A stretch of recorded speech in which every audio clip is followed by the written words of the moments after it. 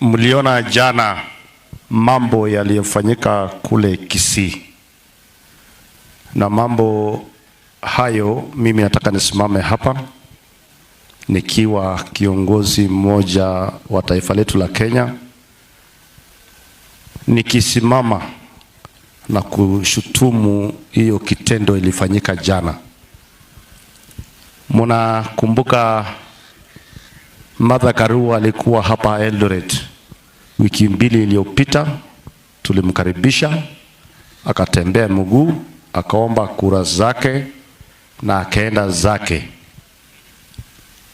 Mwezi 3-4 iliyopita Raila Odinga alikuwa hapa Eldoret, akafanya mkutano, tukampigia makofi, tukamsikiza, akaenda zake.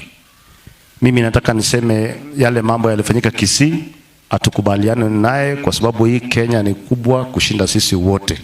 Lakini pia nataka hawa wajamaa wa Azimio wakiongozwa na Raila Odinga na huyo mama Karua wasimame mbele ya microphone na waseme pia wao hawapendi vita.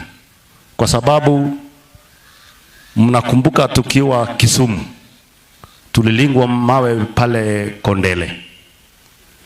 Juzi wiki iliyopita mnakumbuka tukiwa Jakaranda tulilingwa mawe pia. Mimi nataka niambie mzee wetu Raila Odinga na Martha Karua na timu ya Azimio, msimame pia na mshutumu.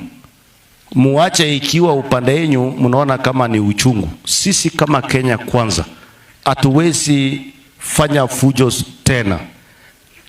Sisi aswa viongozi wa bonde la ufa hii, mnakumbuka 2007-2008 yale yalifanyika ni kwa sababu tulikuwa tunasupport Raila Odinga, na kuanzia siku hiyo tulisema liwe liwalo, hatutawahi pigana, hatutawahi rusha mawe, hatutawahi kosoa mtu kwa ubaya.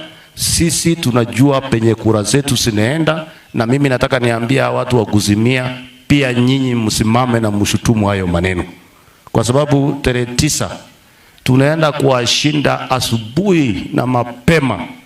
Msifanya maandamano, msirushe mawe tena, msing'oe reli, msiende kotini, kila mtu arudi nyumbani na hii Kenya iendelee kama vile huwa inaendelea.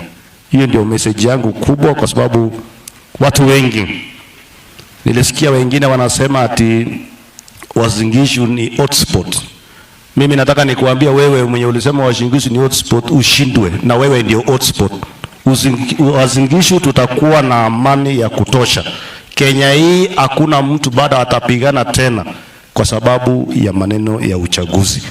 Hiyo ndio ya muhimu. Nataka niseme ya kwamba watu wasidhani kura lazima ufanye fujo tu ndio upate. Hapana. Sisi tunaambia wafuasi wetu wote wa Kenya Kwanza, pembe zote walipo, hata wale wako Kisii, ya kwamba sisi ni watu wa amani na tunaenda kushinda watu asubuhi na mapema. So msiguse mtu, msioneshe mtu kidole, kwa sababu sisi tumesema kama timu ya Kenya Kwanza tunataka amani katika taifa letu la Kenya.